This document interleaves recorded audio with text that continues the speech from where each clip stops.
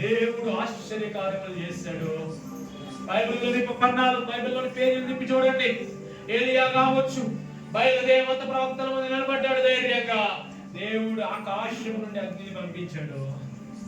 వారు చూశారు. ఇలా చెప్పుకుంటూ పోతే ఎన్నెన్నో దేవుని కార్యాలు. అది దేవుని బిడ్డలైన వారు ధైర్యముగా నిలబడినప్పుడు మహత్కార్యాలు జరిగాయి. తండ్రి వందనాలు చెల్లిస్తున్నాం.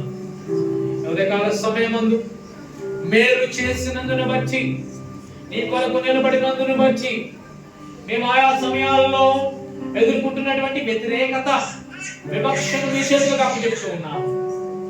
తండ్రి మీరన్నీ చూస్తున్నారు. మీకు తెలియదు ఏది లేదు.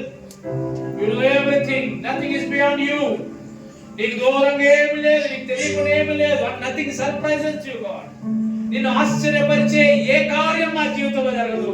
ఎందుకంటే everything is known to you. నీకు తెలుసు, అన్ని తెలుసు ప్రభువా. ఈ రోజున కూడి వచ్చినటువంటి బిడ్డలను మీ చేతులకు చెప్తున్నా. వారు ఎదుర్కొంటున్నటువంటి వ్యతిరేకత నాకైతే తెలియదు. కుటుంబంలో కావచ్చు, వారు పనిచేసే స్థలంలో కావచ్చు, వారు వెళ్ళేటటువంటి కాలేజీలో కావచ్చు, ఎక్కడైనా సరే వారు ఎదుర్కొంటున్నటువంటి వ్యతిరేకత మీరు తెలుసుకుని ఉన్నారు ప్రభువా.